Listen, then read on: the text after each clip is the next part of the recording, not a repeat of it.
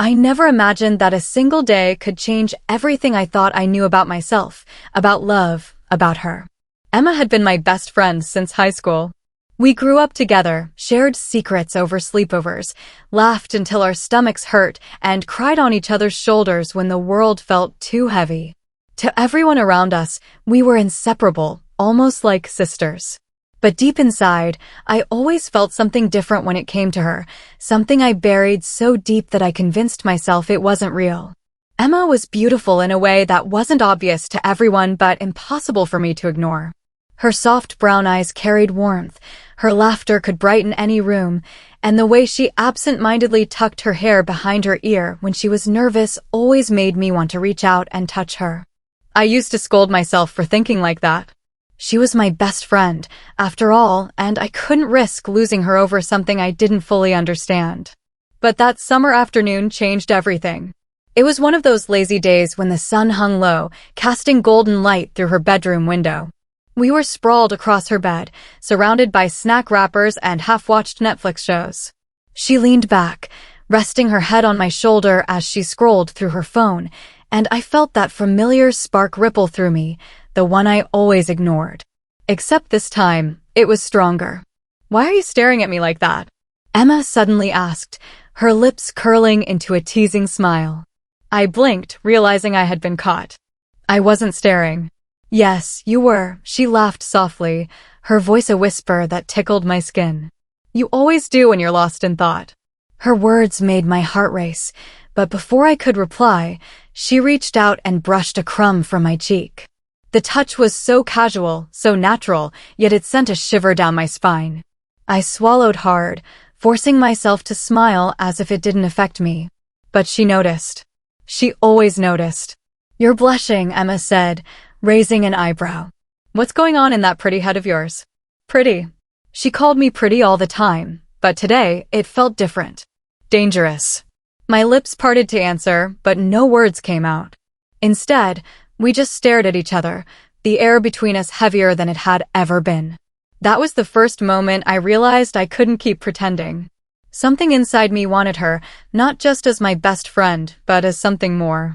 And for the first time, I wondered if maybe, just maybe, she wanted me too. The silence after her question stretched longer than it should have. I could feel the thump of my heartbeat echoing in my ears, louder than the quiet hum of the fan in her room. Emma didn't look away. Her gaze held mine, curious and patient, as if she were waiting for me to confess something. I forced a laugh, trying to brush it off. I was just zoning out. "Uh-huh," she said, not buying it. Her lips curled into that sly grin she always wore when she knew I was hiding something. "You're terrible at lying, you know that?" She shifted closer, her knee brushing against mine. It was such a small touch, but it made me freeze. I wanted to move away, to protect the fragile wall I'd built between us all these years. But instead, I stayed still, almost craving more. Emma tilted her head. "We've known each other forever, and I can always tell when something's on your mind. You can tell me anything.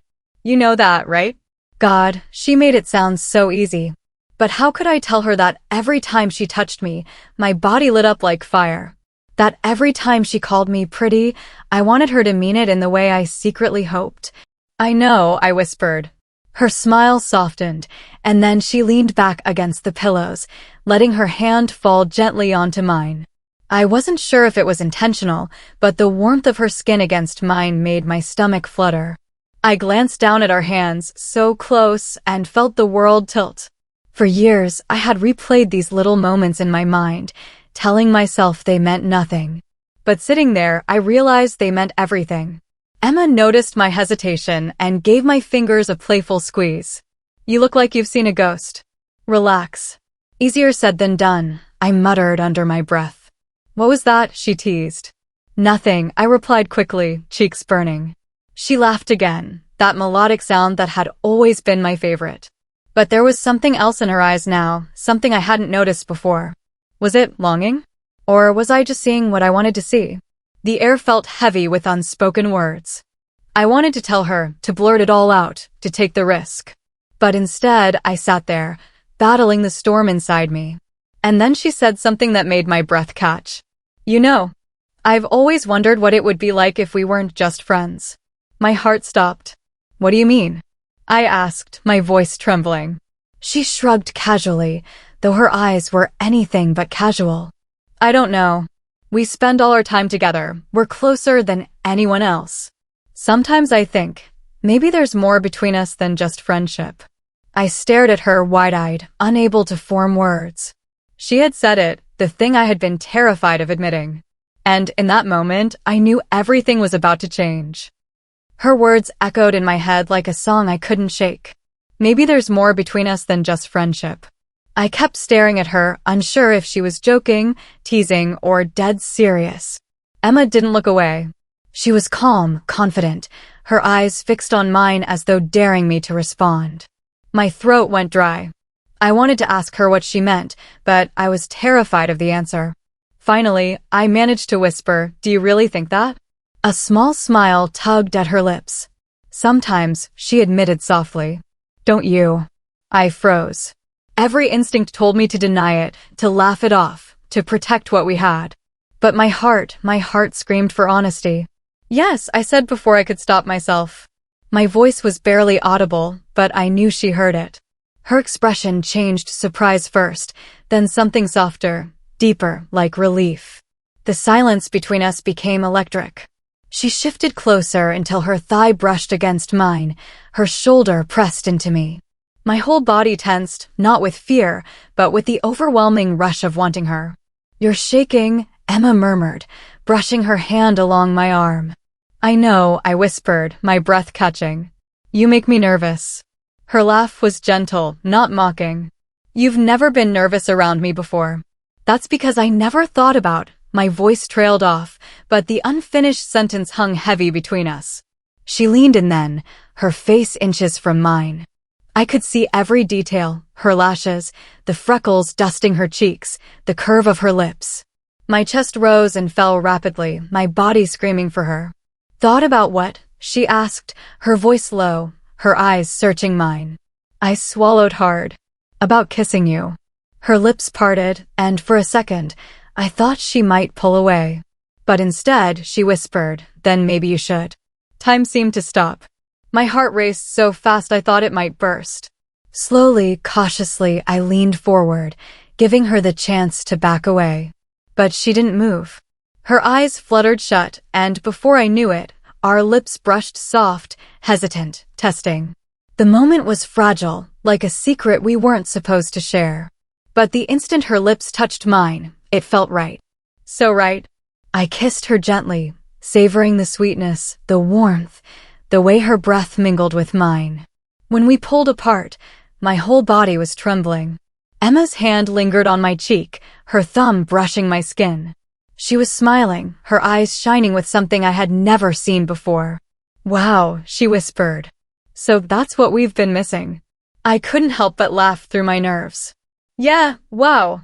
And just like that, the line between best friends and something more blurred forever. The kiss still lingered on my lips, soft and electrifying, like the aftertaste of something forbidden yet irresistible. I kept staring at her, half expecting her to laugh, to pull away, to tell me it was all just a silly experiment between friends.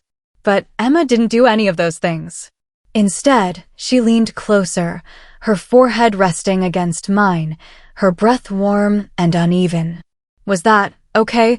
she asked quietly, as if she wasn't sure if she had crossed a line. I let out a shaky laugh. "More than okay." Her eyes lit up with relief, and then she kissed me again, this time with more certainty. It wasn't hesitant like before. It was deeper, more intentional, as if she had been waiting just as long as I had. My heart hammered against my ribs, and I melted into her, my hand instinctively finding its way to the curve of her waist. Emma sighed against my lips, her fingers tangling in my hair. The sound made my stomach twist with desire. Every part of me buzzed with awareness, the warmth of her body pressed against mine, the softness of her mouth moving with mine like we had done this 1,000 times in our dreams. When we finally pulled apart, we were both breathless. She looked at me, her cheeks flushed, her lips slightly swollen from the kiss. God, she had never looked more beautiful. "This feels different," she said, her voice barely above a whisper. Different how? I asked, still trying to steady my breathing. Like, it's not just curiosity. It's not just a kiss. It's you. Her words sank deep into me, and I felt my chest ache with emotion I couldn't hold back anymore. I brushed a strand of hair from her face and whispered, "I've wanted this for so long, Emma." Her eyes widened slightly, but she didn't look surprised, more like she had been waiting to hear it. She smiled, a slow, knowing smile that made my heart skip a beat. Me too. The admission shattered whatever wall had been left between us. Suddenly, our kisses grew hungrier, our hands bolder. She tugged me closer until I was practically on top of her, our bodies pressed together in a way that made me dizzy. Her lips trailed from my mouth to my jaw, down to the sensitive skin of my neck. I gasped, clutching her shirt, overwhelmed by the rush of heat pooling inside me. Every touch, every kiss felt like fire, wild, consuming, impossible to control. I had kissed people before, but nothing had ever felt like this. This wasn't just attraction. This was connection. This was my best friend, my safe place, my partner in crime, becoming something so much more. When she finally pulled back, her chest rising and falling quickly, she looked at me with eyes that burned with something raw and undeniable. "Are we really doing this?" she asked, her voice trembling with both fear and excitement. I smiled, cupping her face in my hands. "We already are." Her words echoed between us, her eyes wide and searching mine for reassurance. "Are we really doing this?"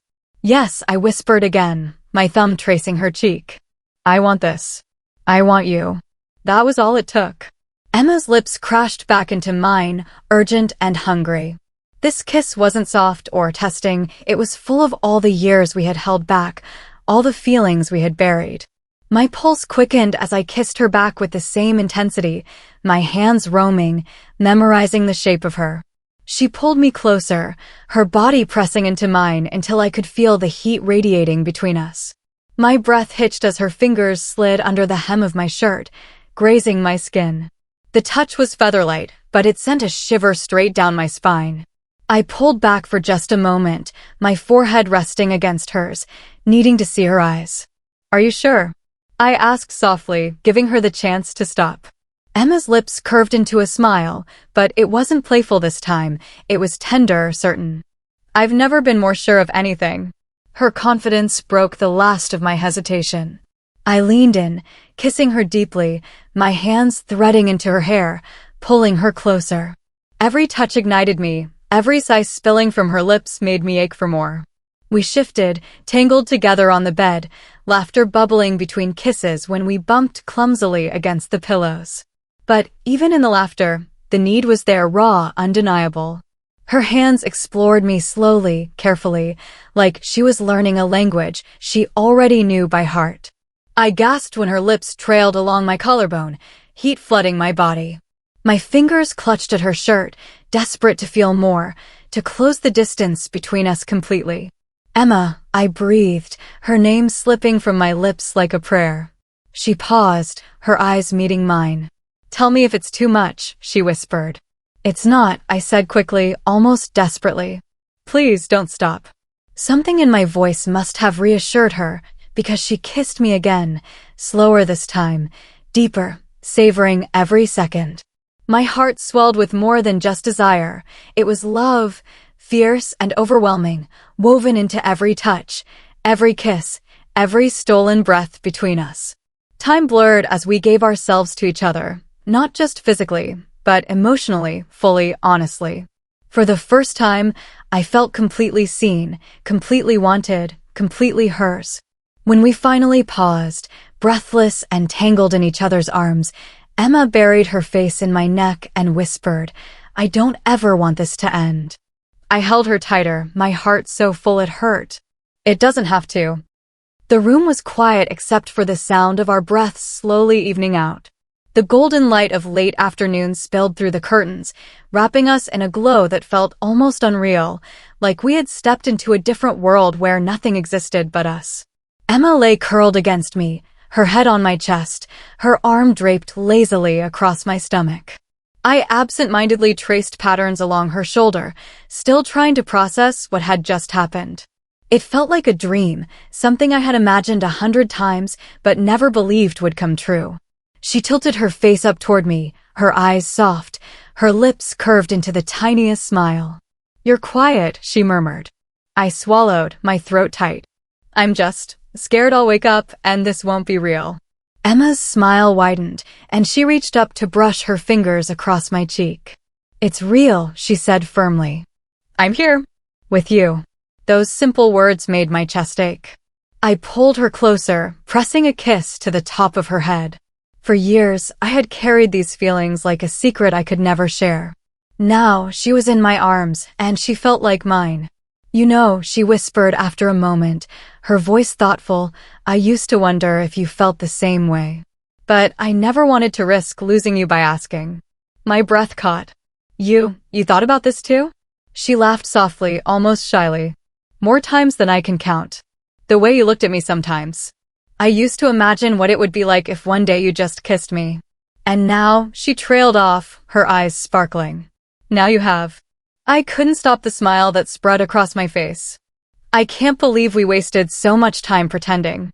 Emma rolled onto her side, propping herself up on one elbow so she could look at me fully. Her gaze was intense, but gentle, full of love. "Maybe we needed that time," she said.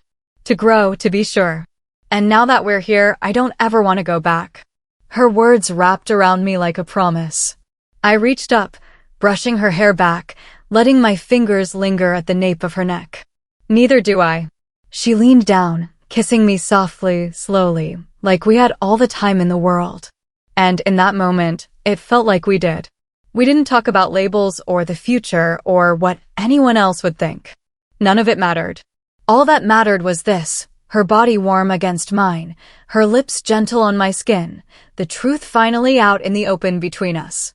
For the first time, I felt like I was exactly where I was meant to be. The next morning, the sunlight filtered through Emma's curtains, waking me before I was ready. I blinked, momentarily confused by the warmth pressed against me. Then I turned my head and saw her, still asleep, hair tousled, lips slightly parted, her hand resting lightly on my waist. And it all came rushing back. A smile tugged at my lips. Last night wasn't a dream. But as I lay there, staring at her, reality crept in. What would this mean outside of this room? Would things feel different when we stepped back into the world of friends, families, expectations? My chest tightened with worry. Emma stirred, her eyes fluttering open. When she caught me watching her, she smiled lazily. "Morning." "Morning," I whispered, brushing a strand of hair from her face. She stretched like a cat, then snuggled closer. "You look worried," she murmured. I hesitated before answering. What happens now? To us?" Her smile faded slightly, replaced with something more serious. She propped herself up on her elbow, searching my face. "Do you regret it?" My heart lurched. "No. God, no. Not for a second." I cupped her face gently, needing her to feel my sincerity.